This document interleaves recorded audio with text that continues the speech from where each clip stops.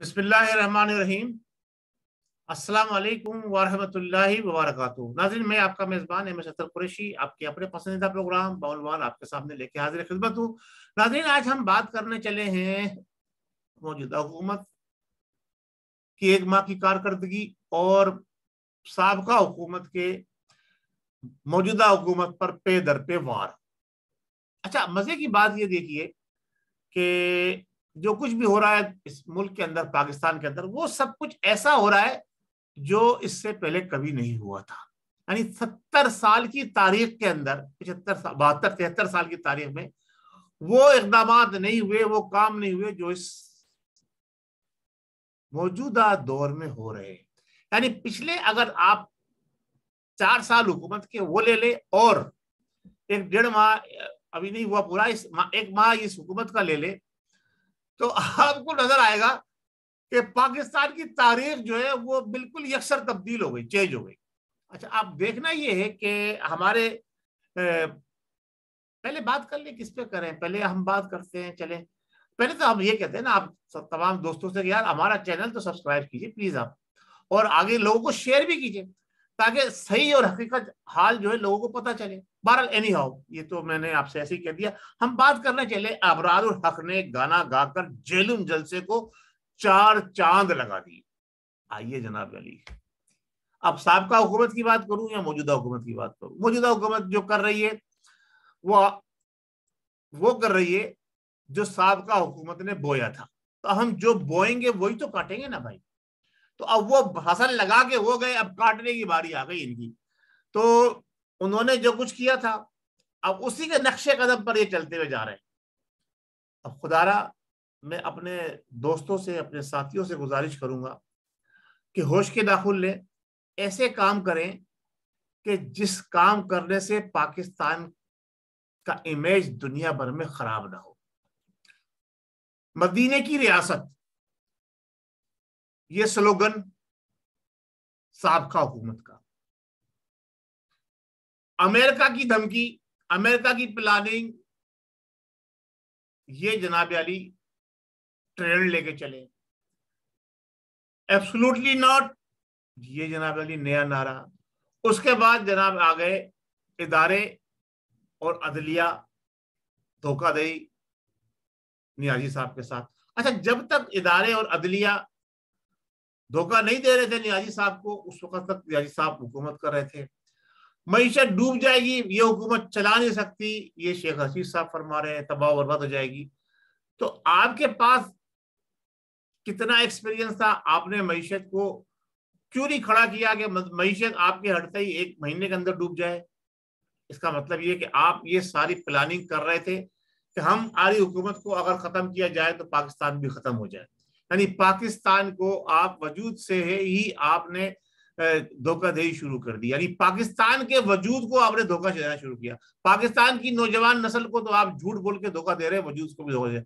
آپ نے مدینے کی ریاست کا تصور دیا اور کہتے ہیں جناب، آپ کے ہی لوگ کہتے ہیں خود ہی کے، ابرار الحق نے گانا گا کر جیلم جلسے کو 4 چاند لگا دیے، عوام کا سمندر جھوم اٹھا۔ او ہو جناب، ہر چیز سوشل میڈیا پہ وائرل ہو رہی ہے۔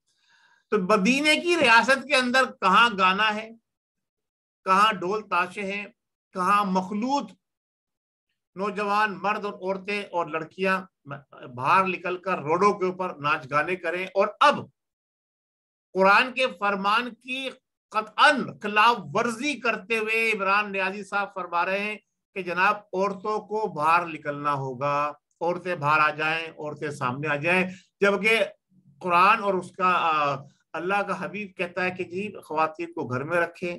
جتنے بھی غزوات ہوئے خواتین گھر میں رہی، اور یہاں تک جناب علی کہ ایک صحابی رسول صلی اللہ تعالی علیہ وسلم جو ہے وہ جہاد پہ نہیں پہنچ سکے، انہیں بڑا ملال تھا، تو کیونکہ ان کی والدہ بیمار تھی، ان کی خدمت میں مامور تھے، تو آپ نے کہا کہ نہیں، آپ کا شمار انہی لوگوں میں ہوگا جو غزوے میں شریک تھے، اور آپ کو مان غنیمت میں سے وہی حصہ دیا جائے گا جو غزوے میں شرکت کرنے والوں کو دیا گیا۔ اس قسم کے کم و بیش، میرے الفاظ اوپر نیچے ہو سکتے ہیں، اس قسم کے معاملات نبی کریم صلی اللہ تعالی وسلم کے دور سے چلے آ رہے ہیں۔ یہ تھی مدینے کی ریاست۔ اور آپ جناب خواتین کو باہر نکالنے کا حکم فرما رہے ہیں، یعنی قرآن کی کھلم کھلا نافرمانی کر رہے ہیں. ناچ گانا جو حرام قرار دیا گیا ہے وہ آپ گا کر اپنے جلسے جو ہے وہ منعقد کر رہے ہیں، اور آپ یہ کہتے ہیں کہ ہم مدینے کی ریاست کا جو ہے بنائیں گے پاکستان کو، اور نوجوانوں کو اور پاکستانیوں کو آپ ورغلا رہے ہیں، دھوکہ دے رہے ہیں، اور کانسٹیٹیوشن پاکستان یعنی نظریہ پاکستان کی کھلم کھلا خلاف ورزی کر رہے ہیں. لیکن ہماری عدالتیں بھی خاموش ہیں، ہمارے عسکری ادارے بھی خاموش ہیں، اور ہمارے مذہبی جو اسکالر ہیں بڑے بڑے ان کو بھی صاف سون گیا ہے.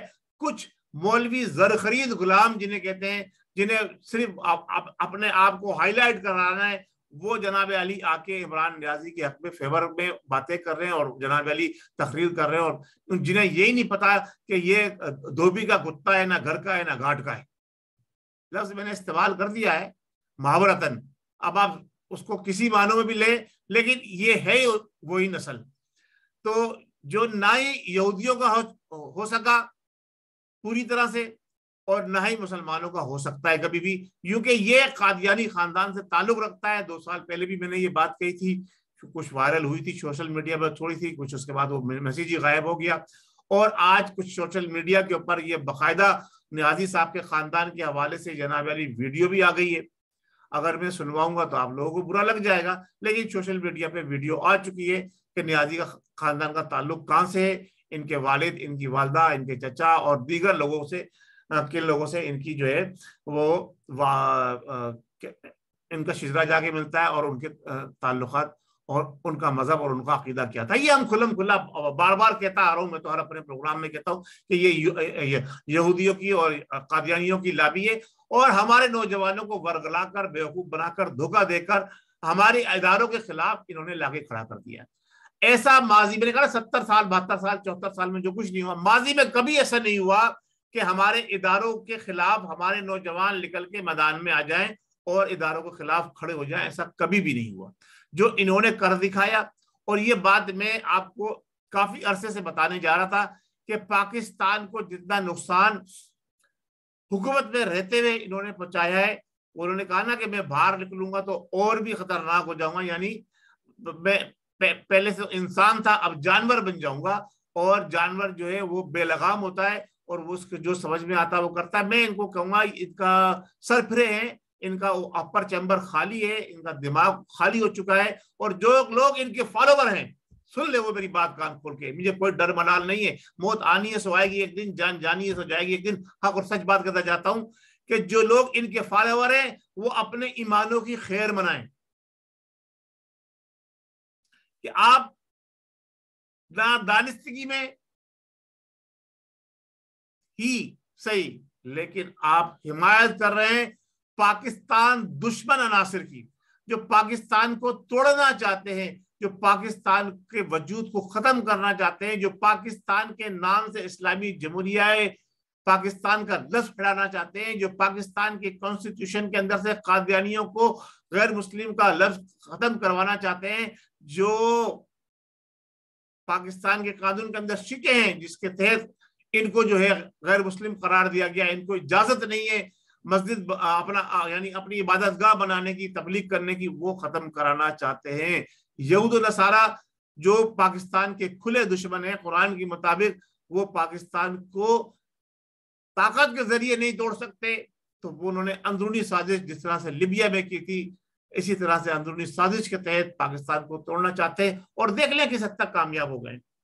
یہ بات میں بار بار کہتا آیا ہوں، ہمیشہ بتاتا آیا ہوں کہ آخری وقت یہ آئے گا کہ یہ عوام کو اداروں کے سامنے لا کے کھڑا کر دیں گے، اور وہی ہو گیا، وہی سزا آ رہا ہے. ابھی کم ہوا ہے، اگر ابھی بھی ان کے نکیل نہیں ڈالی گئی، شیخ رشید، فواد چودھری، شہباز گل، اکبر اور دوسرے 4-5 نام ایسے ہیں، ان سب کو بالشمول عمران نیازی، اسد قیصر، کیا نام تھا ان کا، اسد قیصر، اور ایک اور جو تھے ڈپٹی سپیکر سوری صاحب، ان سب کو سولی پہ لٹکایا جائے. انہوں نے پاکستان کے ساتھ غداری کی ہے، اور جو موجودہ حکمران ہے وہ بھی کوئی پاکستان کے ساتھ وفادار نہیں ہے، لیکن پھر یہی کہیں گے کہ جہاں دو برائی ہوں اس میں سے کم برائی کو اپنا لینا چاہیے. تو فی الوقت یہ کم برائی نظر آ رہی ہے تو جو بڑی برائی ہے پہلے اس کا خاتمہ کرے, کم برائی کو بھی انشاءاللہ تبارک و تعالیٰ. پاکستان کی عوام جس دن متحد اور منظم ہو گئے اور انہوں نے کوئی اپنا صحیح رہبر اور رہنما چن لیا جو شریعت کے مطابق اپنی زندگی گزارتا ہو, نہ کتوں کے ساتھ سوتا ہو, نہ ہی دوسرے کی بیویوں کو طلاق دلا کے ان سے شادیاں کرتا ہو, نہ ہی جو ہے وہ فتنہ قادیانیت کو سپورٹ کرتا ہو, اور نہ ہی یہودیوں کو اپنا دوست سمجھتا ہو.